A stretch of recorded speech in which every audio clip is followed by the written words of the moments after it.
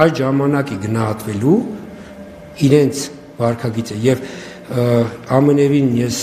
ձեր տպավորությունը ասում եմ անհիմն է, որ որևէ մեկին այսպես են կանխակալ չեն գրանցելու, ոչ, բայց մեր պահանջը կոնկրետ այդ օրը եղել է, որպեսզի դիտորդական առաքելությունները եւ քաղաքական ուժերը, ասեմ, կամ քաղաքական գործունեություն ծավալող քաղաքական գործիչները տարանջատվեն։ Ընդհանրապես բոլորը ազատ են զբաղվել քաղաքականությամբ եւ շատ լավ են անում, որ զբաղվում են։ Ես դա ասել եմ նաեւ նիստում։ Բայց երբ որ զբաղվում ես քաղաքականությամբ, գալիս որպես դիտորդ հավատարմագրվում ես եւ օրերի տարբերությունը ընդամենը հավատարմագրվելու եւ քաղաքական ելույթի 1 օր համացանցով ասենք հարցազրույցը որ տարածվում օբյեկտիվորեն, օբյեկտիվ նույն անձն է, հասկանում եք, օբյեկտիվորեն արդեն տպավորությունը, որ քաղաքական գործիչ դիտորդ, այսպես ասենք, էլի, այս ու արդեն ընդհանուր դիտորդական առաքելության այս ինստիտուտը տուժում է, ինստիտուտն է տուժում, որովհետև ես եթե զուտ նայենք ընտրական համակարգի տեսանկյունից, ես կարող եմ մի բան ասել, որ դուք ընտրական համակարգի տեսանկյունից նման դիտորդությունը, եթե օրինակ ընտրական համակարգը խնդիր ունի իր թերությունները օրինակ քողարկելու։ Նման դիտորդությունը շատ ձեռնտու է, ես կարող եմ ասել, որովհետև երբ որ քաղաքական գործիչ դիտորդություն է իրականացնում, ինքը միանգամից իր գործունեությունը որպես դիտորդ բոլորի մոտ ընկալում է սուբյեկտիվ, դա ոչ միայն մեր մոտ, ձեր մոտ, հանրության մոտ, որովհետև նույն մարդը, որը որ մի քանի օր առաջ որպես քաղաքական գործիչ ելույթ էր ունենում, հետո գալիս է որպես դիտորդ անկողմնակալության դիրքերից է սկսում խոսել, ինքը որպես դիտորդ այդ ինստիտուտը արժեզրկում է։ Մեր խնդրանքը հորդորը, որպեսզի դիտորդները եւ քաղաքական գործիչները տարանջատվեն։ Ավելի բաց, ավելի պարզ, ես ձեզ ինչից է գալիս այս, այսպես ասենք, քաղաքական նպատակներ հետապնդող դիտորդական առաքելությունները, սա մեր ընտրական համակարգի զարգացման նախորդ, այսպես ասենք, կյանքից եկած թերություն է։ Ինչից, որովհետև ժամանակին, երբ որ կար մեծամասնական ընտրակարգը, նույն աժընտրություններում, կամ հետո կար այսպես կոչված ռեյտինգային, շաքերթավոր ռեյտինգային կոչվածը, նույն քաղաքական ուժերի ներսում, իրենց քաղաքական ուժերի, այսպես ենք, շարքերում խնդիր ունեին զուտ քվեարկության օրը վերահսկելու, այսինքն քվեարկության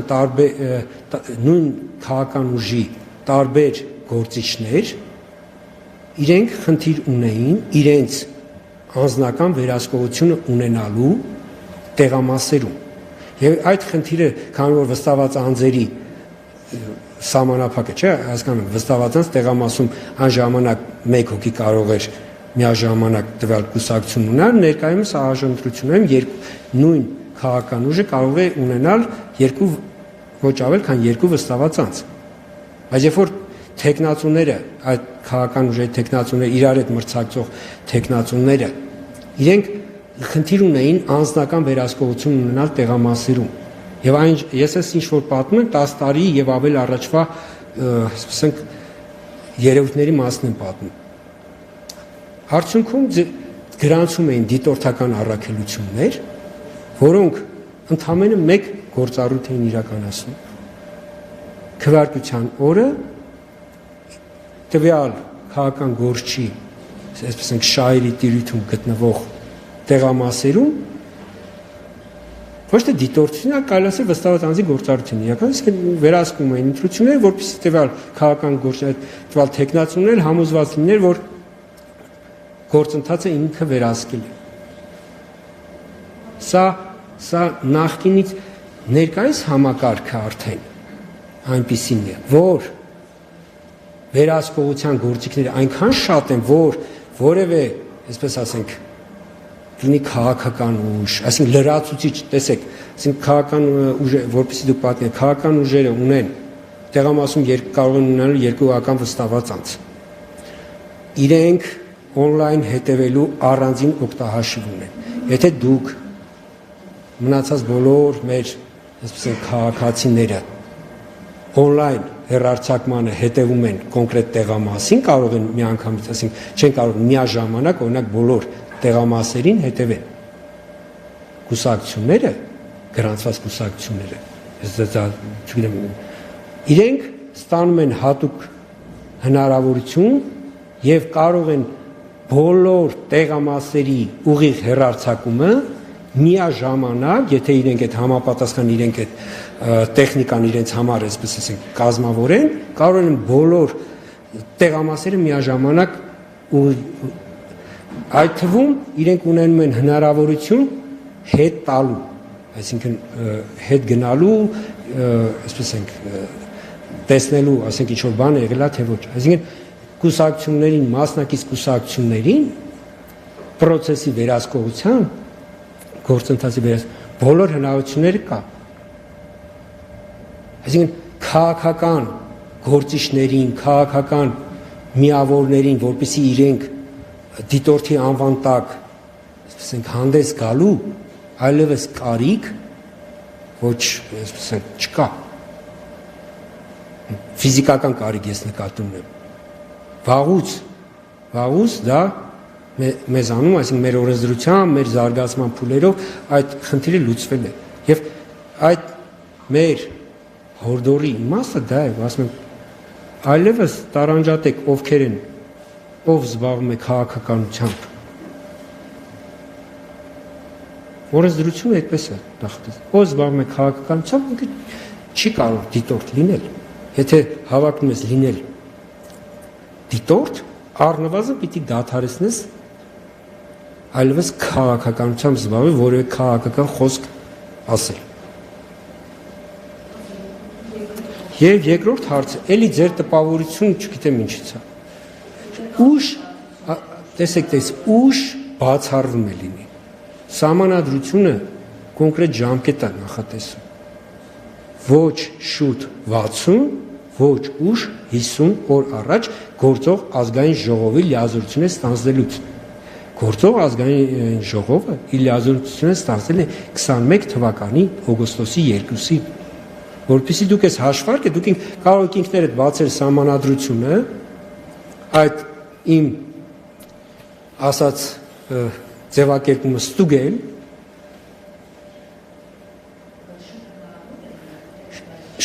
շուտ ինչպես, հարգանես, ես ամեն դեպքում այսպես պիտի պատասխանեմ, որ մենք ընտրական համակարգը պատրաստվում է ազգային ժողովի հերթական ընտրությունների։ Ֆորս մաժորներ, մնացած եւ այլ մեր տիրույթից դուրս են։ Մենք ոչ, այսպես ենք, կարող ենք ֆորս մենք այդտեղ ընտրական համակարգը անելիք չունի, բայց ընտրական համակարգը, այդ թվում նաեւ իմ կողմից թվարկած այդ նոր տեխնիկայի գնումը,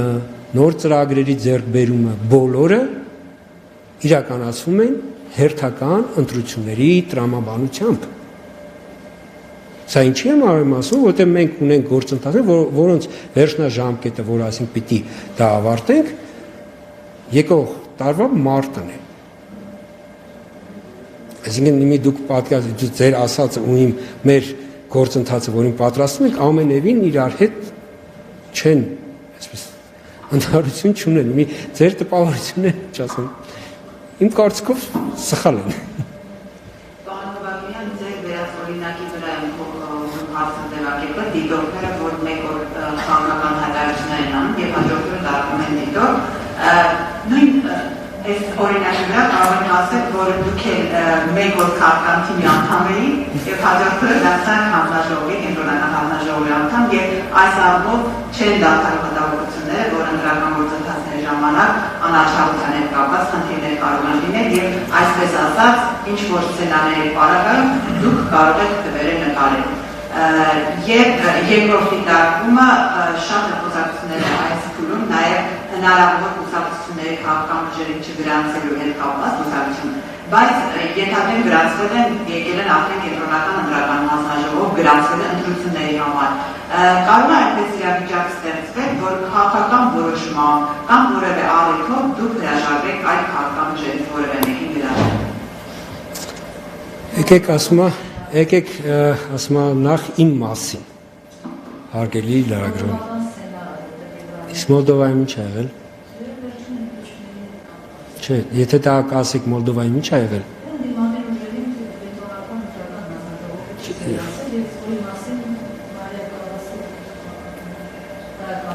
Հարգելի լրագրող, մի խնդրեմ։ Ես իմ քաղաքական չեզոքությունը 22 թվականի հոկտեմբերի 7-ից չեմ խախտելու։ Այս ինչի համար եմ ասում։ Խնդրում եմ հարցերը, եթե նույնիսկ այնպես ձևակերպել, որ ինձնից քաղաքական հայտարարություն մի խոսքով ասած դա է։ Քաղաքական երևույթների վերաբերյալ գնահատական ես չեմ տալ։ Սա մեկ, ուղղակի խնդրանք ես, որպեսզի հարցը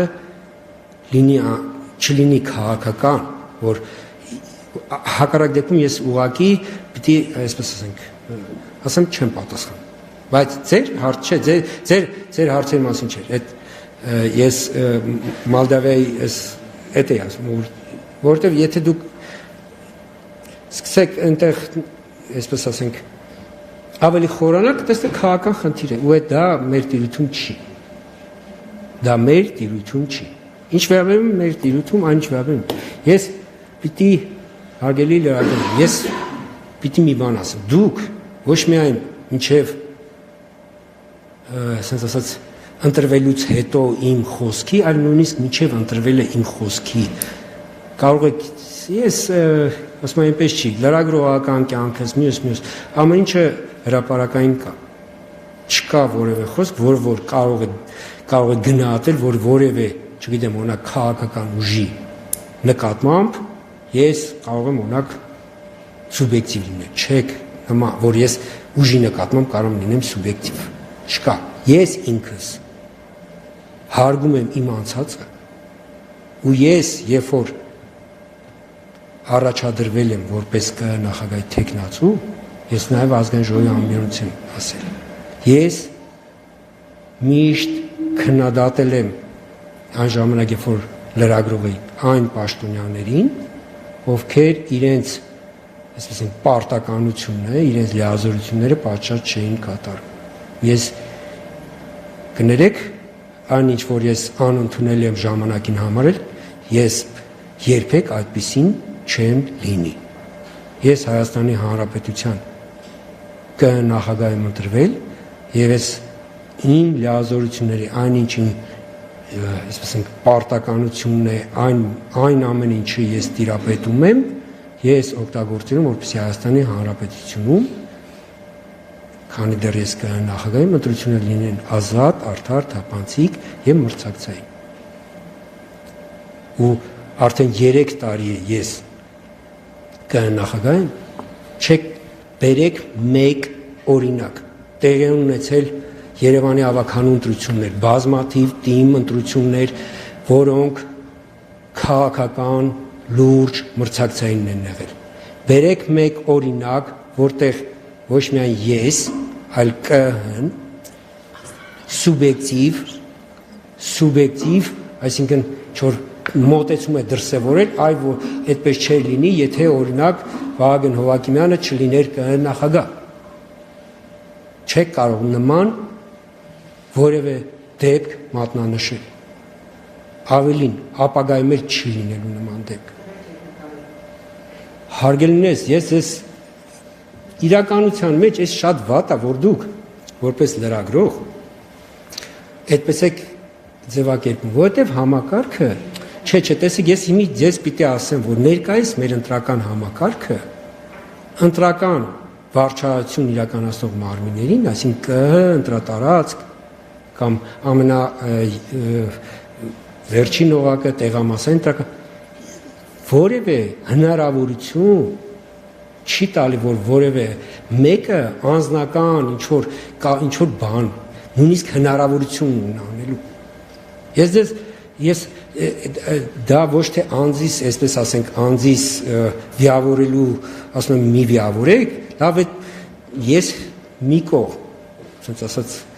անձս թողենք մի կողմ, ասեք, բացասական ինչ-որ լավ, ասում եք, ասեք, դա ձեր իրավունքն է։ Բայց մեր համակարգը, ես ձեզ հավաստիացնում եմ, Հայաստանի Հանրապետության ընտրական համակարգը, ես նաև միջազգային գործընկեր ամենալավագույններից է, որտեղ ըստ էության մեր համակարգը անձերով պայմանավորված գործընթացները կարելի ասել բացառել է։ Ինքը, չգիտեմ, լավն է մեր համակարգը, տենց ասեմ, ոչ չէ, որովհետև այն ինչ որ ես այսպես ասեմ, դե բազմաթիվ ընտրությունների գնում մենք դրսում դիտարկում ենք։ Հաշվի առնելով, որ ընտրությունների վերաբերյալ գնահատականները նաև կարող են քաղաքական ենթատեքստ ունենալ, մենք միշտ, ասենք, ԿԸ-ի ներկայացուցիչները, որ գնում ես կամ անդամ կամ աշխատակազմ, որ գնում են, մենք միշտ զերծ ենք մնում որևէ կարծիք արտահայտել, բայց մեր նպատակը բոլոր որ գնում ենք, այնտեղից լավ եւ վատ փորձերը գրի առնել բերել, այսինքն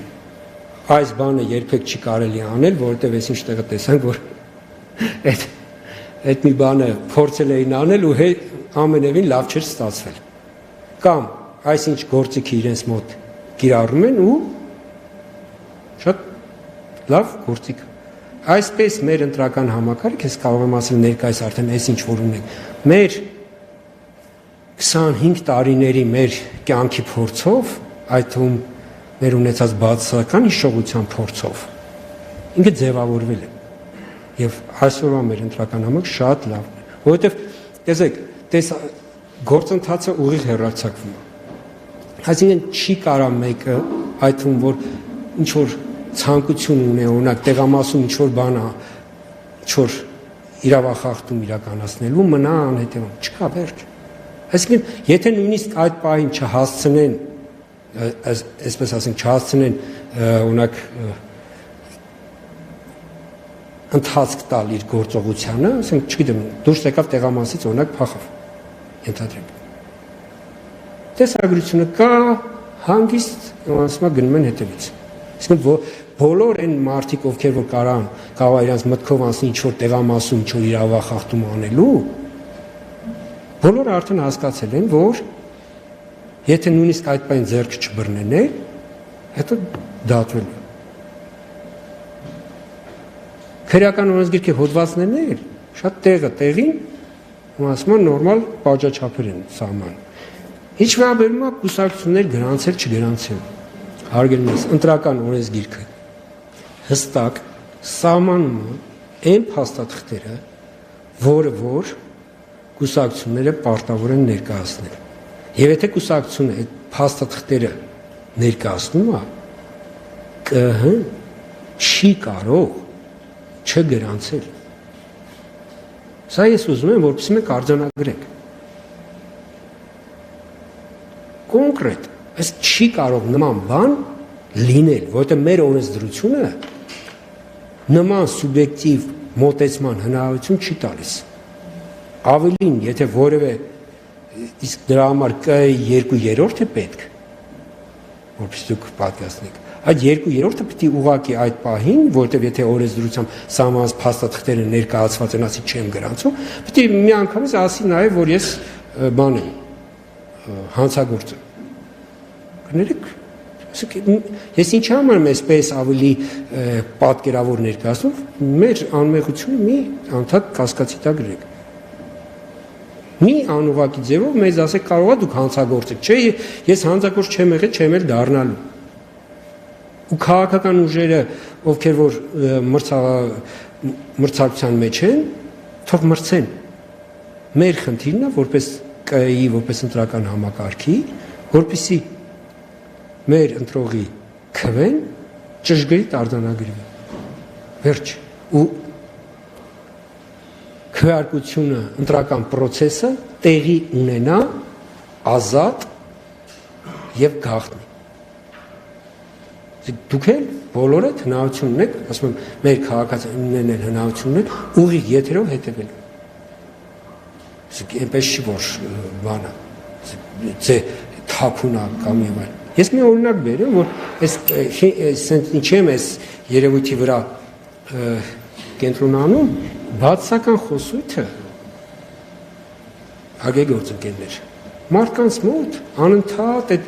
բանը պահում, այդ բացական հիշողությունը անընդհատ պահում է ու շատ վատ է դա, որովհետև օրինակ բանում վարշապատում մենք 47 տեղամասից 2 տեղամասում 15 րոպե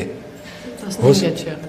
մի տեղում 8 րոպե, մի տեղում 15 րոպե հոսանքի անջատում ենք ունեցել, երբ որ process-ը չի ընդհատվել, այսինքն բոլորը հեռախոսները փառք Աստծո ինֆրատեխնիկայի, ասենք, դարում հեռախոսները միացնում, այսինքն այդ 8 րոպեն ամբողջը, ասենց ասած, բանը, բոլորի աշխարհը որևէ, բայց լրահոսի այդ բացականը այնպես էր, որ բաներ, մարդիկ կարծիք, դե հա, հոսանքներ չգիտեմ, անջատել են եւ այլն, այսինքն ուզում ասեմ այդ բացական կարծիքը, այդ կասկածի ցեցը այդպես ասեմ, անդադ ոնց որ անդադ դուք սնուցեք, երբ որ այդ շարունակվում, այդ ես հասկանում եք, միևնույն է ձեր իրավունքն է, ասում եմ ինչ ասել, ոնց ասել, բայց ես իմ խնդրանքը, որպեսզի այն որ ընտրողն է որոշում, որ ամեն ընտրողի ձայն որոշիչ է, խնդրում եմ այդ գոնե այս մեր ունեցած փաստերով այլևս կասկածի տակ մի դրեք։ Վաղ շաբաթի ընտրություններում կուսակցություններից մեկը շեմը չի հաղթահարել, ընդամենը 16 քվեով։ Հասկանում եք, ասենք ման հələ մի հետ գնացեք, ասենք 16 ընդամենը 16 քվե, եթե այդ կուսակցության ձայները ավել լինեին, ինքը շեմը հաղթահարելու էր, բայց իրենք էլ այդ կասկածի տակ չեն դրել, որովհետև երբ որ իրենք պահանջել էին, եթե չեմ սխալվում, 5 տեղամաս, իրենք 5 տեղամասում, որտեղ որ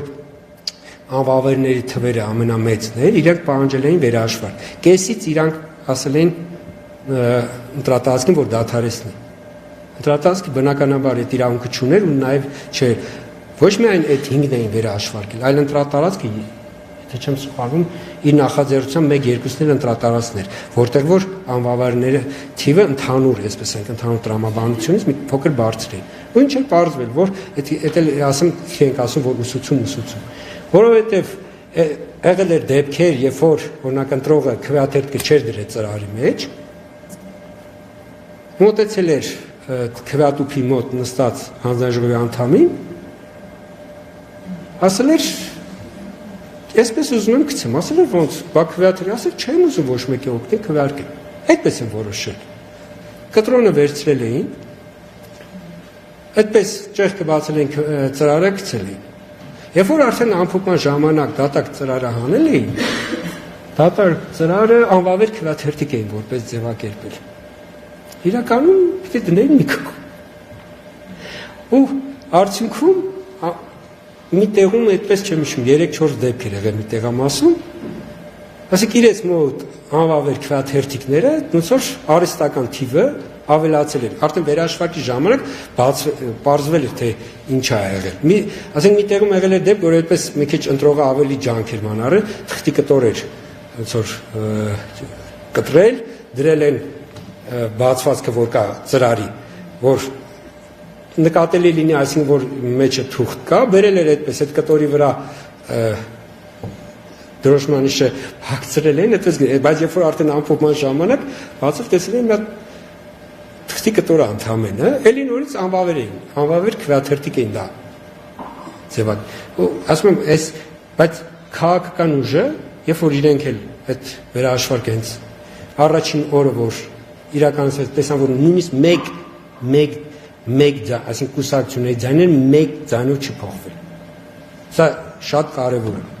Այսինքն անվավերների թիվը հստակեցվել է, անճշտությունները հստակեցել են, որովհետև այդ թվարկած սխալներով ուղղակի արհեստական անվավեր եւ արհեստական անճշտություններ գեներացվել։